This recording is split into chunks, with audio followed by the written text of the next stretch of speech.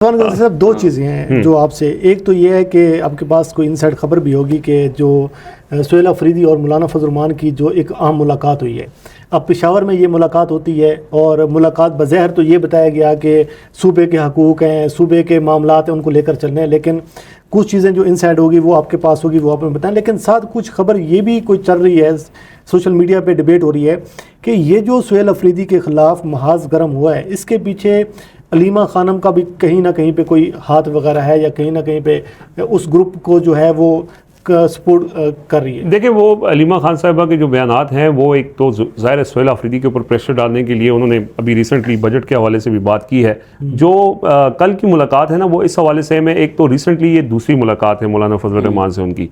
कल की मुलाकात में साथ उनके असद कैसर, जुनैद अकबर, शराम तरक्की, आतिफ खान, यानी KKP के सारे लोग मौजूद थे। अच्छा, आपको पता है कि इस टाइम पे जो मसला है वो यही है कि वफाक को कोई 1200 से 1700 अरब रुपए इजाफी चाहिए और वो कह रहे हैं कि सूबे ये पैसे हमें दें। उसी के लिए 28वीं तरमीम ला रहे थे। पीपल्स पार्टी ने वो 28वीं तरमीम रुकवा दी, लेकिन उनको ये कहा कि ये पैसे हम आपको दे देंगे। और आज पंजाब ने कह भी दिया है कि 500 समथिंग अरब है, पंजाब अपना हिस्सा दे देगा। पंजाब 500 पंजाब कह रहा है, और जरदारी ने तो इवन के ये भी ऑफर की है कि 1500 जो है ना BSP का, उस पर आप ना जाए, 400 अरब मैं देने को तैयार हूँ। हाँ, यानी उन्होंने कहा कि आप इसके लिए आईनी तरमीम ना करें, हम ये पैसे किसी न किसी मद में आपको दे देंगे। अब वफाक का मसला है कि वो दिफाई बजट भी बढ़ाना है और ये सारी चीज़ें करनी है, तो वो इजाफी पैसे उनको चाहिए। तो उनका मामला पीपल्स पार्टी के साथ तय हो गया। कल हसन इकबाल ने कहा कि हमारे मामला तय हो गए हैं। वो गिलगित बल्तिस्तान में उनको अक्सरियत मिल गई, तो पीपल्स पार्टी ने अपने मामला तो तय कर लिए। लेकिन खैबर पख्तूनख्वा जो है वो ऑलरेडी, आपको याद है 18वीं तरमीम के बाद जब ये सूबों को NFC वार्ड के जरिए ज़्यादा पैसे जाने थे, तो उसके बाद 25वीं तरमीम हुई, उसके अंदर फाटा भी उनके साथ जम हो गया, तो फाटा का इजाफी बोझ उनके ऊपर पड़ा। तो उस वक्त ये तय हुआ था कि तमाम सूबे अपना NFC के अंदर 1% शेयर जो है वो फाटा का देंगे। वो ऑलरेडी नहीं दे रहे। सुहेल अफरीदी जब से आए वो इस मामले को उठा रहे हैं कि हमें NFC शेयर नहीं मिल रहा, हमें जो नेट हाइडल प्रॉफिट है वो नहीं मिल रहा, वो 1% नहीं मिल रहा, और उस पर ऑलरेडी उनकी रिजर्वेशन थी।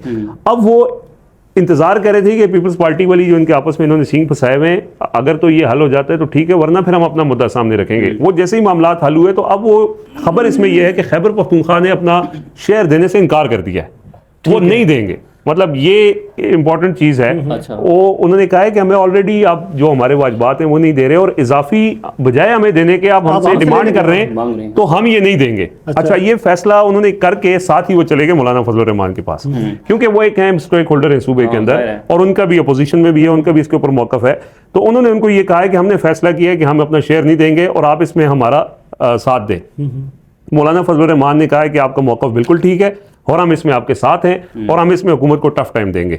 एक इस चीज़ के ऊपर इनका इत्फाक हो गया। ठीक है, ठीक है। दूसरी चीज़ जो है जिसके ऊपर जो अहम खबर है वो ये है कि मौलाना फजल रहमान ने उनको ये ऑफ़र करवाई है कि हमें पता है कि आपको इंटरनली मसाइल का सामना है, और अली अमीन गंडापुर जो है वो उसके अंदर जो है मौलाना फजल रहमान के राइवल भी हैं। तो मौलाना फजल रहमान ने उनको ये कहा है कि अगर आपको बजट पेश करने में असम्बली में मेम्बरान का मसला होता है, तो मौलाना फजल रहमान के 18 मेम्बरान जो है उन्होंने कहा जी अगर आपको जरूरत पड़ेगी तो हम आपके साथ हैं। ये उन्होंने सुहेल अफरीदी को ऑफर करा दी है, और ये सुहेल अफरीदी के लिए एक बड़ी ब्रीदिंग स्पेस है। लोग ये कह रहे हैं कि वो अपनी हुकूमत बचाने के लिए उनके पास चले गए, या जो भी हुआ, लेकिन जो उनके खिलाफ मूव हुई उसको टैकल करने के लिए उन्होंने एटलीस्ट मौलाना फजल रहमान को राम कर लिया है, और वो अब उनके साथ खड़े।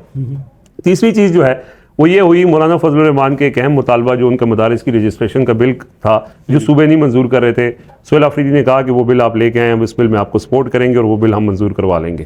ये तीन चीज़ों के ऊपर। चौथी चीज़ जो है वो सबसे आपको याद होगा, मादियात बिल, जब इमरान खान ने मना किया था कि आपने इसको पास नहीं करना, और उस पर एक मौकफ है PTI का भी, सुहेल अफरीदी भी उसके ऊपर बात कर रहे थे, उसमें मौलाना फजल रहमान का मौकफ भी सेम है। वो ये कह रहे हैं कि खैबर पख्तूनख्वा और बलूचिस्तान के ऊपर जो ये मादनियात हैं, यहाँ पे मकामी लोगों का हक है, और इसमें आपको याद होगा कि जो बलूचिस्तान ने बिल मंजूर किया था, तो मौलाना फजल रहमान उस बिल के खिलाफ अदालत चले गए थे। अदालत ने वो बिल, वो जो कानून साजी थी उसको मुअत्तल कर दिया था, लेकिन उसके बावजूद भी बलूचिस्तान में कुछ 17.5 लाख एकड़ जो है वो ज़मीन अलॉट कर दी गई है कंपनीज को वहाँ से मादनियात निकालने के लिए।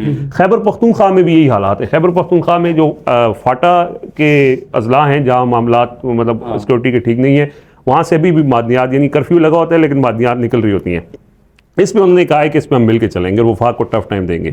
ये जो मुश्तरकात हैं इस पे कल इनका तय हुआ है कि इन चीज़ों के ऊपर हम इकट्ठे चलेंगे, मिल के चलेंगे और आगे चल के किसी अलायंस की शक्ल भी इख्तियार कर सकते हैं और इवेंचुअली यही चीज़ आगे चल के फिर इमरान खान के हवाले से बात हुई। ये है कि बर्फ पिघल रही है। अच्छा, हाँ, वो काफ़ी हद तक पिघल चुकी है। इमरान खान के हवाले से वो जाहिर है उन्होंने ये बात की कि हमारे लिए इस वक्त चैलेंज ये है कि हमने इमरान खान की रिहाई के लिए कोई प्रेशर डालना है गवर्नमेंट के ऊपर।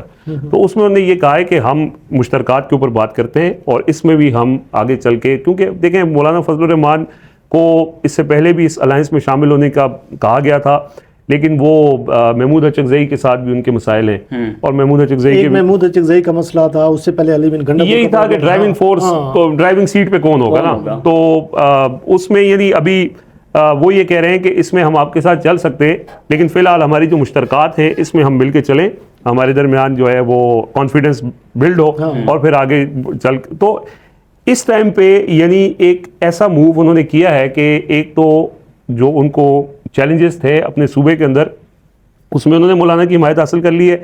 दूसरा ये इंपॉर्टेंट मामला है, अब जब इनकार करेंगे ये, क्योंकि जरदारी साहब ने तो इनकार किया और बाद में मामलात उनके तय हो गए ना, अगर खैबर पख्तूनख्वा अपना हिस्सा नहीं देगा तो वफाक को डेफिनेटली प्रॉब्लम होगी तो वो वहाँ पे उनको इशू बनेगा। उनको हो सकता है कि उनको हटाने के लिए कोई कोशिशें करे, लेकिन अगर उसमें उनके साथ मौलाना फजलुर रहमान होंगे तो ये उनकी एक बड़ी मूव है जिसको आज आपने देखा बड़े लोगों ने अप्रिशिएट भी किया कि एक अच्छा एक सियासी उन्होंने वो खेला है। और उस पर फैसल चौधरी साहब का आपने ट्वीट देखा होगा, फैसल चौधरी ने कहा कि मैं खुद खान साहब ने ये पैगाम दिया था, उस टाइम पे फैसल चौधरी की मुलाकातें हो रही थी कि मौलाना के साथ इंगेजमेंट बढ़ाएं, लेकिन उस वक्त अली अमीन गंडापुर उसके अंदर रुकावट थे क्योंकि उनका एक डेर इस्माइल खान का मामला था। लेकिन अच्छा उन्होंने कहा कि एक चीज़ और है कि ये देखें कि जितने भी ये अभी हालात बने हैं, तहरीक इंसाफ को जो सबसे ज़्यादा इमरान खान की रिहाई में और इमरान खान के जो एक बयानिया लेके चलने उसमें जो रुकावट बन रही है वो इनके इख्तलाफात हैं। पार्टी की सतह पे या कहीं पर भी कोई ऐसी चीज़ नज़र नहीं आ रही कि इन चीज़ों को बजाय कम होने के दिन ब दिन एक तो फासले बढ़ते जा रहे हैं और दूसरे नंबर पे जो अहम बात ये चीज़ है कि पहले एक वर्कर का मुतालबा होता था कि आप इमरान खान की रिहाई के लिए कोई ऐलान करें, कोई मुज़म्मत अमल दें। अब वो जो मुतालबा है वर्कर्स के साथ साथ अब अरकान असम्बली का भी आ रहा है। अरकान असम्बली के देखें ये जो जितने भी लोग ये मुतालबा कर रहे हैं ना, ये मैं इसको बदनीयती इसलिए कहता हूँ कि ये जितने लोग, ये 5 लोग लेट्स सपोज टीवी पे आके फजल लाई ने इंटरव्यू दिया, मुश्ताक गनी ने दिया, ये 2 हफ्ते पहले जब मिनिस्ट्रियों का फैसला हुआ है उसके बाद ही इनको इमरान खान की रिहाई याद आई है। मतलब मुश्ताक गनी साहब ने इससे पहले या फजल इलाही ने या दूसरों ने, सुहेल आफरीदी 8 महीने हो गए ना, 8 महीने से तो उन्होंने हिसाब नहीं मांगा कि आपने क्या अमल दिया है। अब उनको इमरान खान की रिहाई याद आ गई। असल मसला ये को एक्सपेक्ट ये कर रहे थे कि हमें मिनिस्ट्री मिलेगी, नहीं मिली तो अब वो उखल के मुखालिफ हो गए कि यार बेहतर ये है कि गंडापुर ग्रुप के साथ चले, वहाँ पे ज़्यादा फ़ायदे भी हैं। और सो बेसिकली उन्होंने मेरा ख्याल है कि अपने एक नुकसान ही किया है, उससे कोई ख़ास फ़र्क वो नहीं डाल सकेंगे। कोई यानी इख्तलाफ की बात करना, इसमें कोई शक नहीं है कि इख्तलाफात तो हैं और वो इश्यूज़ तो अपनी जगह हैं। चेन ऑफ कमांड का मसला है कि इख्तियार किसके पास है, किसके पास नहीं है।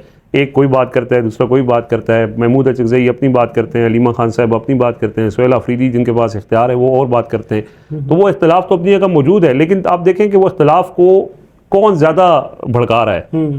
वो तो यही जिसको गोदी मीडिया सुमीना पाशा साहिबा कहती हैं वो ही चला रहा है, और उनको कौन चला रहा है ये भी सबको पता है। और बैकडोर चैनल की जो बातें बीच में आ रही थी, अभी तक चीजें चल रही हैं। देखें वो उन्होंने उनको एक ट्रक की बत्ती के पीछे लगाया हुआ है कि आपने जून में कुछ नहीं करना, और आप देख रहे हैं वो कुछ नहीं कर रहे। आज सुहेल आफरीदी आई नहीं, मतलब अडियाला उन्होंने आना था, वो नहीं आए, पिछली दफा आए वापस चले गए, यानी अमली तौर पे वो कुछ नहीं कर रहे। यानी कि जून में जितना प्रेशर है गवर्नमेंट पे, अगर वो अगस्त में कम हो जाता है तो सही बात है वो अपना ये टफ जो पीरियड है ये निकाल लेंगे, जो निजाम के लोग भी हो जाएगी और बजट भी पास कर लेंगे। ये जून ही उनके लिए एक सबसे बड़ा चैलेंज है, और वो यही कह रहे थे कि जून से हमें निकलने दें, हम जुलाई में आपके लिए आसानियां कर देंगे। देखें ना, कश्मीर का मार्च इधर से ओपन है, उधर से जीबी में हालात देख लें, बजट है आपका, और इंटरनल और चीज़ें जो इनकी चल रही हैं, तो वो उसमें यानी अमली तौर पे कुछ चीज़ कर नहीं सके। लेकिन अगर वो, ये एक बड़ी चीज़ है जिसका शायद इमरान खान की रिहाई से तो कोई ताल्लुक नहीं है, लेकिन अगर वो खैबर पख्तूनख्वा का शेयर नहीं देते तो ये एक बड़ा चैलेंज तो बनेगा, बड़ा मसला बनेगा, बड़ा इशू बनेगा।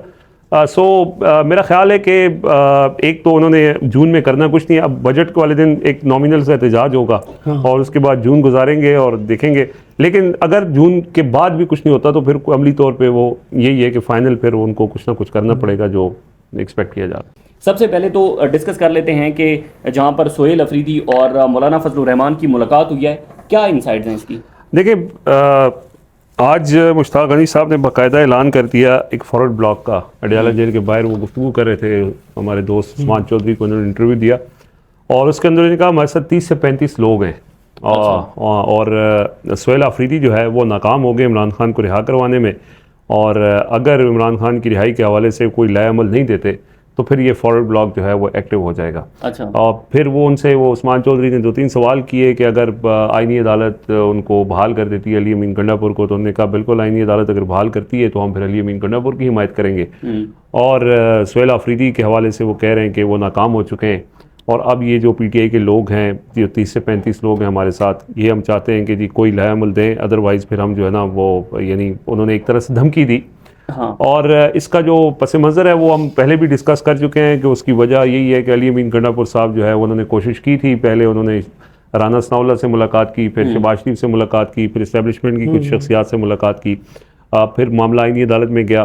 फिर मतलब इस्टेब्लिशमेंट को जब ये पता चला कि ये 30-35 वाला नंबर एग्जेजरेटेड है तो उन्होंने कहा कि बस छोड़ दें, फिलहाल इस मामले को ना छेड़ें।